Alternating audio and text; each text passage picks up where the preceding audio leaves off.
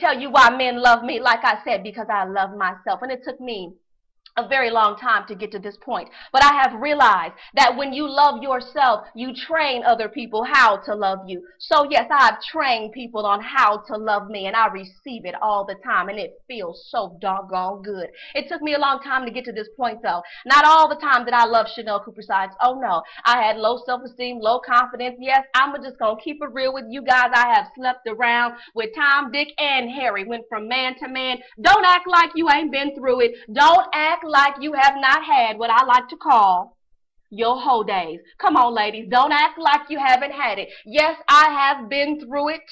I most certainly have. But let me tell you how I got through it.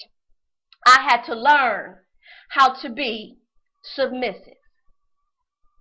I had to learn how to be submissive. Oh, yes, I said the big S word, submissive. Now, hold your horses. I'm not talking about I just submit to every single man. Let me tell you what I had to learn to do. I had to learn to first submit to God. Oh, yes. You know the saying, let go and let God. You see, it's a whole bunch of y'all holding on to a whole bunch of stuff that you're trying to control yourself, right? But so you have to submit yourself to God. And submission means relinquishing your power. Letting go. You got to be in control over everything all the doggone time, right? You just try to control your whole life. And that's why you're mad all the time, because you're trying to do every single thing yourself. You haven't let go and let God. And let me tell you, when you then learn how to submit to God, you can then submit to a man. Because whether that man wins you or fails you, you will always have God to fall back on. You see? So once you do that, you can then submit to a man. And let me tell you, submission is so doggone important. Yes, it is. Submission to me, I believe, is the key to a successful relationship. It's the key to love. It's the key to marriage. I truly believe it. And there are so many women who think that submission is so bad. I can't submit to nobody. Oh, my goodness. Submit to a man, please. There go again, the neck. Please, I ain't submitting to no man. Are you crazy? What? I can do it all by myself. You see, here's the problem. You say that you can't submit to a man because you haven't yet submitted yourself to God. And then the men that you have tried to submit yourself to or be loyal to, you see, they burned you, right? You see, here's the reason why. You pick somebody who's not worthy of being submissive to. You see, a man is supposed to lead, and a lot of women pick men who are leading them to nowhere, leading them to nothing but pain and heartache, leading you to nowhere but where? On your back. Yes, a lot of you guys choose men like that, and then you wake up and you say, well, I can't be submissive to a man. I can't. Yes, because they've been leading you nowhere. To submit means to relinquish your power, right?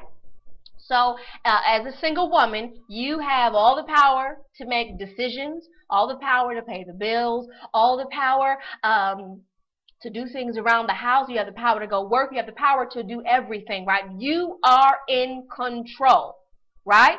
So submission means, like I said, to relinquish your power, to let go and relinquish your power to someone who is worthy of leading you. Right? So to submit to your man, I'm specifically speaking of a marriage. I'm not saying that you submit to your boyfriend or you submit to a guy that you're dating. No, I'm talking about your husband, right?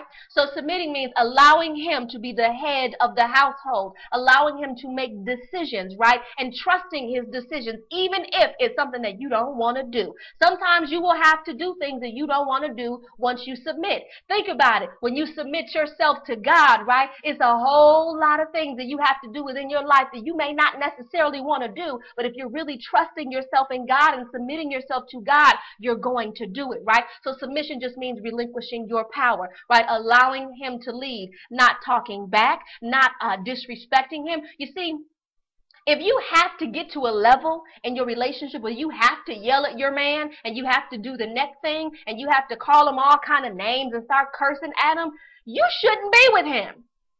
Right? So you should never have to get to that level. So don't raise your voice. Don't start arguing. Don't tell him what you're going to do in the both of your household. Right? You guys come together, make decisions together, but you allow him to lead.